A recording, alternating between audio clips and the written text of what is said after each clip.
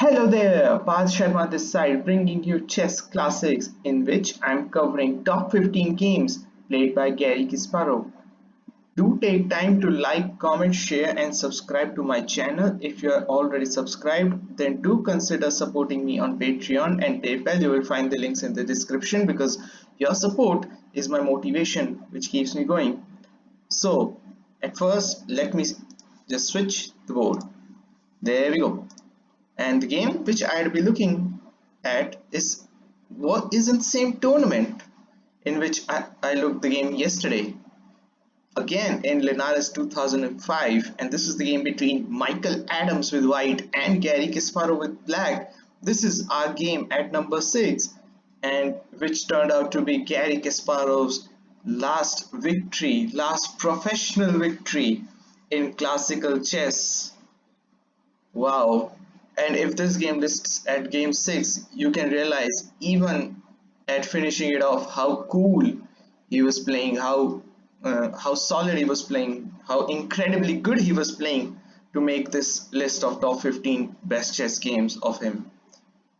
And before this game, Michael Adams had not beaten him in classical games and had lost to Kasparov 9 times.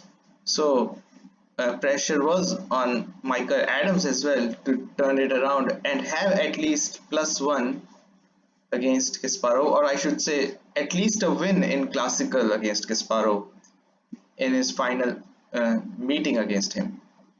So there we go. Mickey Adams is white, Garry is black, e4, c5, Sicilian defense, Kasparov's favorite, knight f3, d6, d4, cd4, knight d4, knight f6, knight c3, and now comes knight off.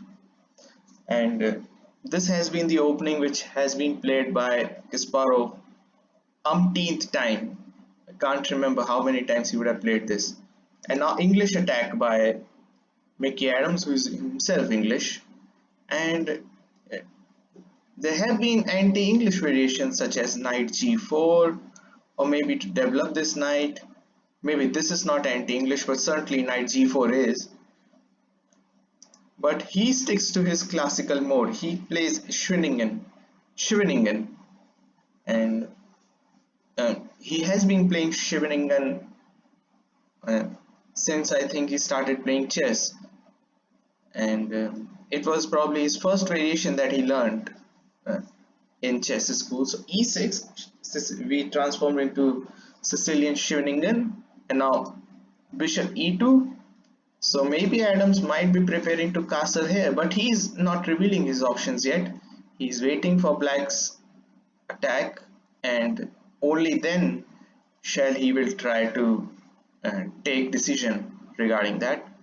And this is somewhat we see in Opochansky variation of Sicilian, when after knight off, white plays bishop e2, and that transforms into Opochansky variation of Sicilian. But we will not talk about all those variations. We will talk about this game only, and if we will have time, only then we will talk about rest of the variations. So anyway, he plays queen c7, just solidifying. Knight c6, so if knight takes, then queen takes will be better, and also preparing to play b5 for that matter. And now Adams plays queen d2, and it's pretty interesting to preparing to castle here also, as well as here. And in his game in 2000, Adams played a4 in this position, and after b6, f4, bishop e7, bishop f3, knight b7, Adams couldn't find anything, couldn't get much in this hedgehog position, and the game fizzled out to a draw. So after queen c7, he must have prepared this and plays queen d2. So he also wants to initiate counter attack on this king side, whereas Kasparov would be trying to attack on queen side. So b5, there we go. Kasparov takes first steps in that direction, and also trying to play b4 to so that no a3 happens, and also to kick this knight away. So Adams plays a3, and Kasparov says that this could have been first step of committing a mistake, because what this does, it creates some weaknesses in queenside position for white, and white won't like to castle queenside after this a3 move. Well, let's see what happens. Bishop b7 attacks the pawn on e4, f3 defends the pawn, and now knight c6. And Kasparov says that now he is ready to pounce on the weakness which is created by this pawn push. So Adams castles, and this was the point. That's why he played knight c6, because after a takes, knight takes, and this, look at this open file for this rook, and once this a pawn runs down the board, things can turn deadly dangerous. Whereas although you can see this king is still in the middle of the board, but at the moment it is relatively safe, and white isn't finding any attack whatsoever. And Michael Adams senses this and plays g4. So he's pushing his kingside pawns, try to generate a counter attack, the best option in my opinion. Kasparov plays bishop e7, probably e5 to kick this knight, but then knight sitting on f5 would have been unpleasant, which would have meant that in developing this bishop, you leave g7 en prise, and that wouldn't have been advisable. So bishop e7, g5, so Adams continues his attack, knight d7, defending the knight, and now h4. So things look very threatening at the king side for black, and it's not easy, and because one mistake and things can turn really awry. But Kasparov sticks with his plan and plays knight c5 to keep attacking towards this king, and with this a pawn disappeared, this king looks more shaky than this king, and this king hasn't castled yet. You have to remember that. Adams plays king b1, and here Kasparov should have played rook c8, which is what Engine says, but I don't rely on Engine. What Kasparov played was also better. He played rook b1, rook b8, and let's see what Engines had in their mind after rook c8. Well, h5, that's obvious. Then comes queen a5, g6, so things turn really deadly on king side, but black counterattacks after knight a4, knight going to a2, and after knight takes b2, queen takes b4, queen takes, and knight takes b4. Knight picks up the rook, but after g takes f7 check, king takes, and rook takes d1. You can see white is doing relatively better. He has two minor pieces for a rook in this position. I should say two knights for a rook in this position, and black only has a pawn, rook and a pawn for two knights. I should recorrect, and still doesn't look that how white will be able to break through. Probably rook c8 and might have been solid structure with this material imbalance, two minor pieces against rook and a pawn. Still, I would say that black is still doing fine, at least on the defensive side, not on the attacking side. But after king b1, Kasparov plays rook b8, and I agree 100% on this. And he feels that king is safe because this rook is placed on the open file, semi-open file, right in front of the opponent's king, and that's where you should place your rooks.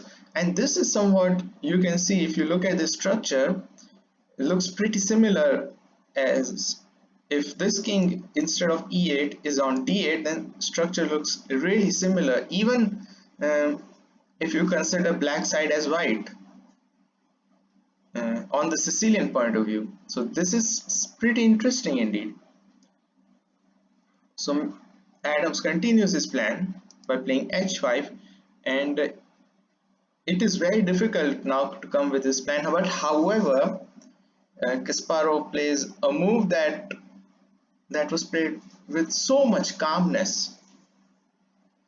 Castles, short castles, and these two pawns looking really deadly. It's like he's castling into mate, but in fact his king is fine.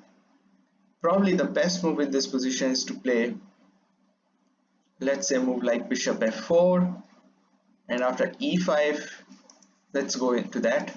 Bishop f4, e5. It looks like you're winning a piece. This is a blunder, but actually it's fine. Knight f5, and after e takes f4, now you play h6, creating a lot of threats in the position. So g6 has to be played, and now comes queen d4, threatening mate here. And if you play knight e6, then comes knight takes e7, check, queen takes, and queen takes b4 recovers the piece. The position is still balanced, but white's kingside storm may look very heavy on black. Look at these pawns hovering over this black king, and there is already a hole in the position. Probably bishop f4 might have been considered, but after castles, Mickey plays g6, and which I think was a bit quick. And now this is a point where Kasparov has to react very quickly and diligently, and which he does. He plays bishop f6, and that's a good move. Mickey tries to bring his another rook to g file to create more pressure on black, and looks very dangerous for black. But now comes a spectacular move by Kasparov. Can you guess it?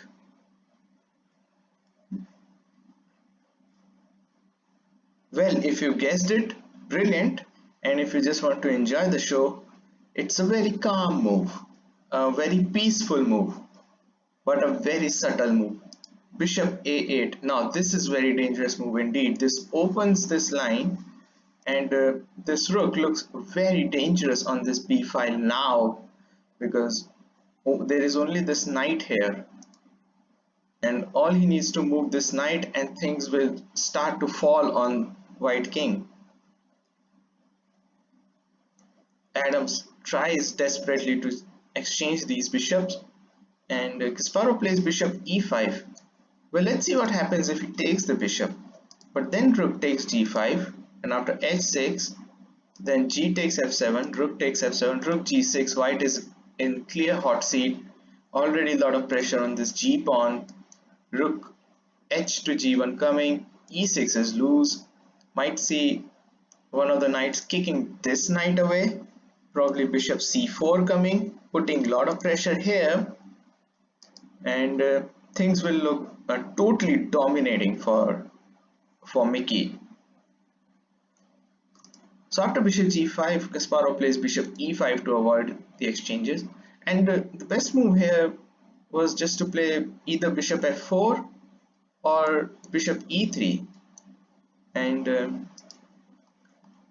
then Kasparov won't have anything better than to just repeat. For instance, if bishop e3, knight c6, and after knight d1 he has to come back with knight b4, and after knight c3 the position will repeat itself and the game will fizz out to another draw.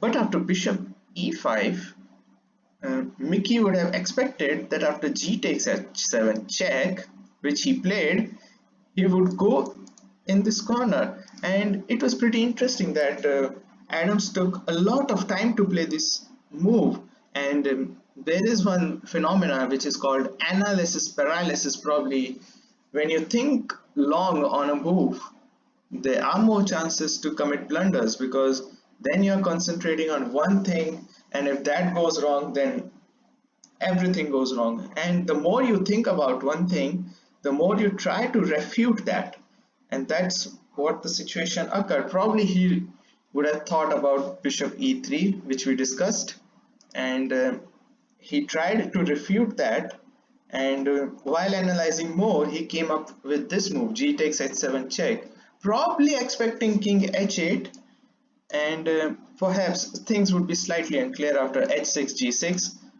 but he totally missed king takes h7. I believe he missed king takes h7, because still here he has chance to play bishop e3, probably to get something out of it.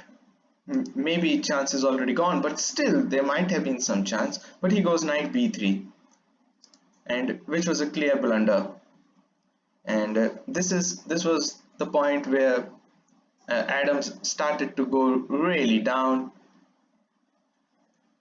And here plays, bam, knight takes c2 by Kasparov. Brilliant tactical shot. If king takes, then this knight is hanging,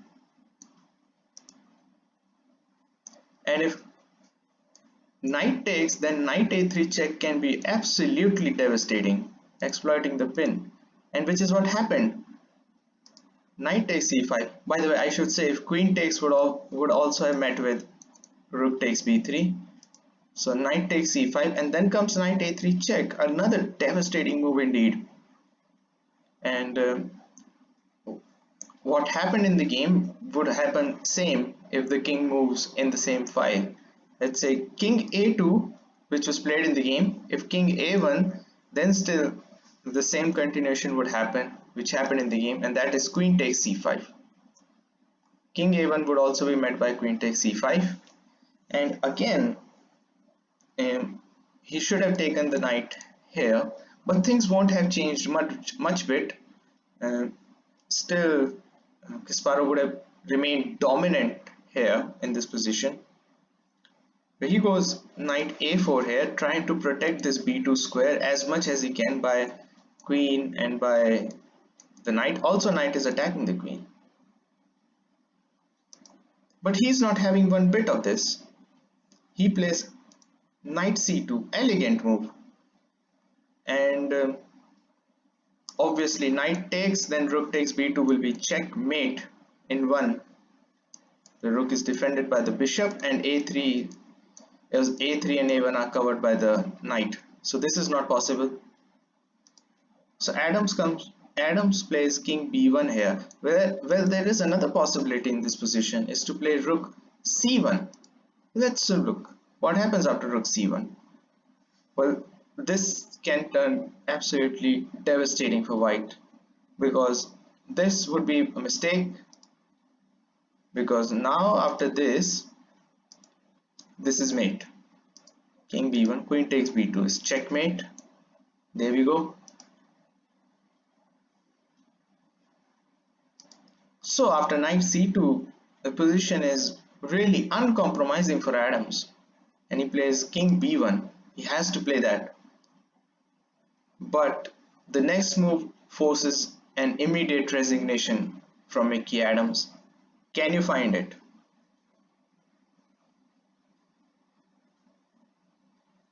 Well, if you found it out, hats off to you. And if you just want to see how Kasparov wrapped up his final victory in his final, or I should say not final, in his final tournament, which turned out to be actually his final victory, is queen a3. Boom, and here Adams resigned. Mate is threatened, so this knight cannot move. And if queen takes knight, let's go into the variation. Queen takes c2, then another rook joins the party, and so queen has to leave. But then queen takes a4, and suddenly the only defender who was defending is gone, and now things look really shaky with rook c2 things coming into the game, and it's already hopeless. And if bishop d1, then queen a3 is coming. So another dominant performance this was from Kasparov right after the game he won against Rustem, and the game actually he won this game after another game that he won against Vallejo Pons with white. So this is third consecutive victory in a row, and yeah, right, deservedly so in his top 15 best chess games at number 6. What a beautiful game this was, and We still miss Kasparov in professional chess. He, even though being retired professionally, but he's still at it. He plays at its peak, and he retired 2800 plus, so which shows why the world still needs him. Well, that was number 6 from the list. I hope you liked the video. I hope you liked my analysis. Thanks for watching. Stay safe. Cheers. Bye.